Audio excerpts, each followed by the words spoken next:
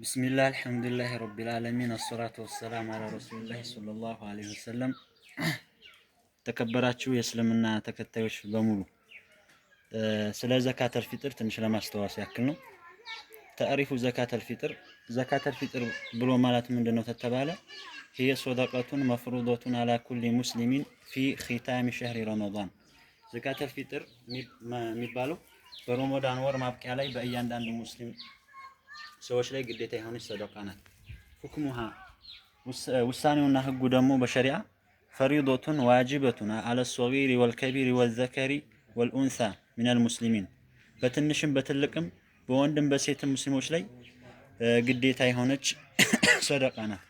አልሂክመቱ ሚንሃ ጥበቡና ደግሞ ጥቅሙ ሰደቃተል ፊጥር የማውጣቱ ጥቅሙ ምንድነው ተተባለ طهارة للصائم من اللغو والرفث وطعمة للمساكين።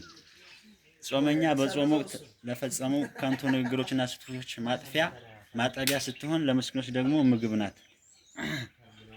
ሚቅዳር ውሃ ደግሞ ምንድነው በአንድ ሰው ላይ ማለት ነው 2 ኪሎ ተኩል ማለት ነው። አንድ ሰው ላይ 2 ኪሎ ተኩል ማለት ነው ማውጣት አለበት ማለት ነው። ወቅቱሃ ደግሞ የጊዜው ደግሞ የመሰጫው ወቅቱ የጅቡ ኢኽራጁሃ ቀብለ ሶላቲል ኢዲ ወየጁዙ ቀብለል ኢዲ ቢየውሚን አው የውመይን። ሶላተል ኢድ ማለት ነው ከመሰገዱ በፊት ከሁለት ቀን በፊት ማለት ነው። መስጠቱ በጣም የተወደደ ነው ማለት ነው እና ሁላችንም ማንጣት አለብን። ደግሞ የተረገዘ ህፃን ልጅ ደግሞ ማውጣቱ በጣም የተወደደ የሆነ ሱና ተግባር ነው ማለት ነው። ሰላም አለይኩም።